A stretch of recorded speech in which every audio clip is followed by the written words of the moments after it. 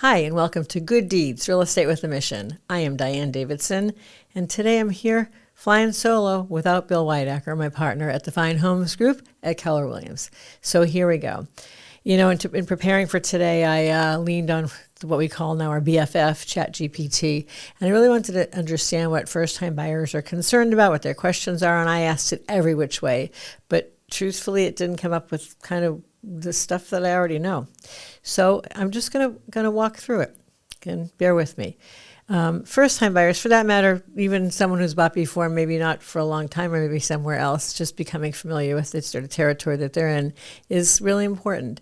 And might sound a little bit self-serving, but the first and best thing a person can do is thinking about buying is to find a realtor that they trust. And I say realtor and stress the realtor, the term realtor, because that is somebody who is a member of the National Association of Realtors, who is certified in ethics, the Code of Ethics, and adheres to a standard of practice that licensed agents don't have to unless they become a realtor and choose to align themselves with that professional organization. So it also we avail ourselves of opportunities for incredible statistics and results of their in-depth research into the market and trends. And anyway, find yourself a realtor you trust.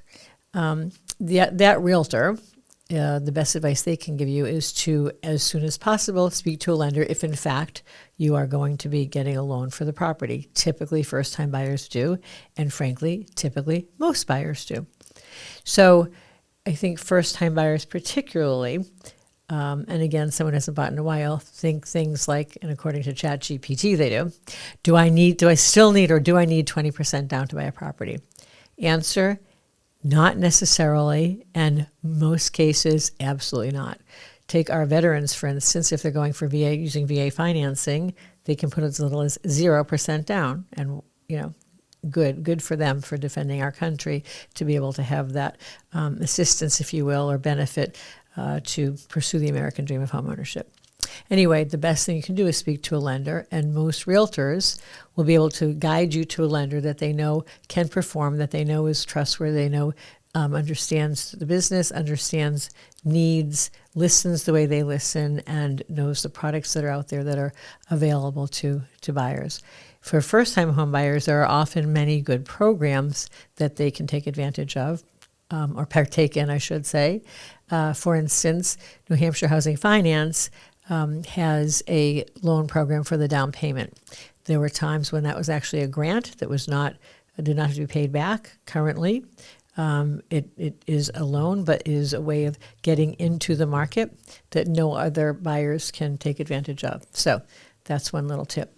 But be sure to ask about any programs for first-time home buyers. There are also programs for people in various professions, whether it's a favorable interest rate or a lower down payment. Again, your lender's going to know. And the best advice I can give you is to speak to the lender before you sit down with the realtor for a buyer consultation, and there should always be a buyer consultation. It's like getting surgery without consulting with the physician and surgeon first, right? If you don't have the buyer consultation, it's not just an important decision; it's a series of important decisions, and you should be in the hands of somebody who understands how to gather information, impart it, interpret it, and recommend. We have a saying at the Fine Homes Group: we advise and you decide, and we mean that. It is our job to bring you all the facts, to talk about probabilities, but never to make the decision for you. Hope that makes sense. Anyway, and once you sit down with that realtor, they will walk you through the process. We will walk you through the process and talk about the likely sequence. And so by talking to a lender first, you understand what it is you can spend. And sometimes what you can spend in their eyes is more than you want to because of a lifestyle you would like to live. And sometimes it's less than you feel like you want to in order to get the perfect house. So here's what I want to say about the perfect house. First of all, there's kind of no such thing. If you find something that's 92% of what you want, 92% is the new 100% when it comes to the perfect house. But the alternative to buying is renting. And forgive me, landlords and investment property owners, nothing wrong with renting, but is it the best choice for a first-time buyer to put it off and to rent? Here's the thing. It's very hard to catch up on. Property is appreciating at a very steady clip in New Hampshire. And depending on where in New Hampshire, and certainly where across the country you're planning to buy and in what price range, you can save thousands of dollars by buying sooner rather than later because you can't catch up to the appreciation. So a home that may cost, let's say it's $400,000 today, might be $415 or $410 or even $405, but that keeps accelerating and compounding, and it's very hard to catch up to.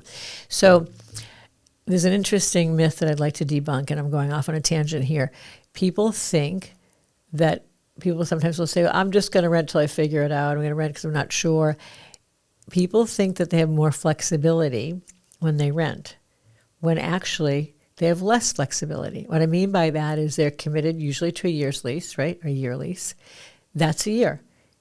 If they want to get out early, there's usually a financial penalty versus buying a home that is appreciating. If there's some reason that you didn't want to stay or felt like it wasn't the best place for you, you could either sell it or you could rent it and probably live someplace else that makes more sense for you. So depending on where you're looking and where you're planning on buying in southern New Hampshire, properties are appreciating every single month.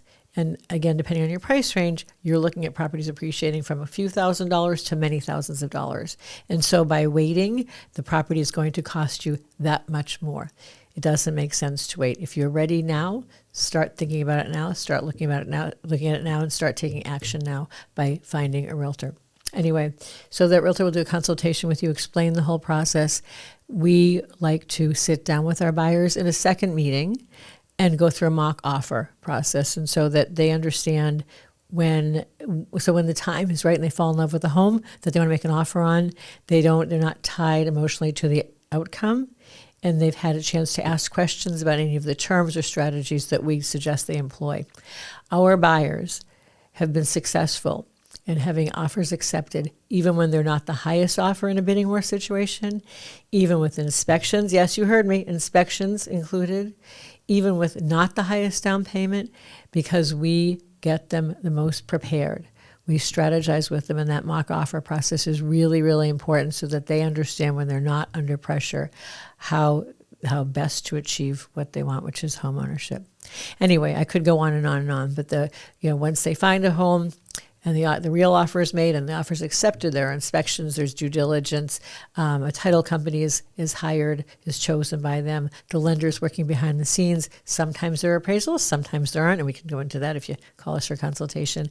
And we're there every step of the way, and that's what you want. You want a realtor who's there every step of the way, who communicates with you, who is proactive in that, even when there's nothing to tell you, because when days go by and you haven't heard anything, it's not a good feeling, and that's not our style. That's what you should look for, and that realtor should be there for your walkthrough before closing. They should be at the closing. They should be there, I don't want to say holding your hands, but it is a lot like that, by your side every step of the way. And when that's the case, and you know you've picked the right person to do that, it's not a fearful thing. It's an exciting thing, and we love working with first-time home buyers. We love working with all buyers and all sellers. So that's a little bit about that. I just want to touch on one more thing, renting versus buying. People seem to think that renting might give them more flexibility. As they say in French, au contraire. When you rent, you are tied to a particular period of time, the lease term, with penalties if you elect or need to change your living situation.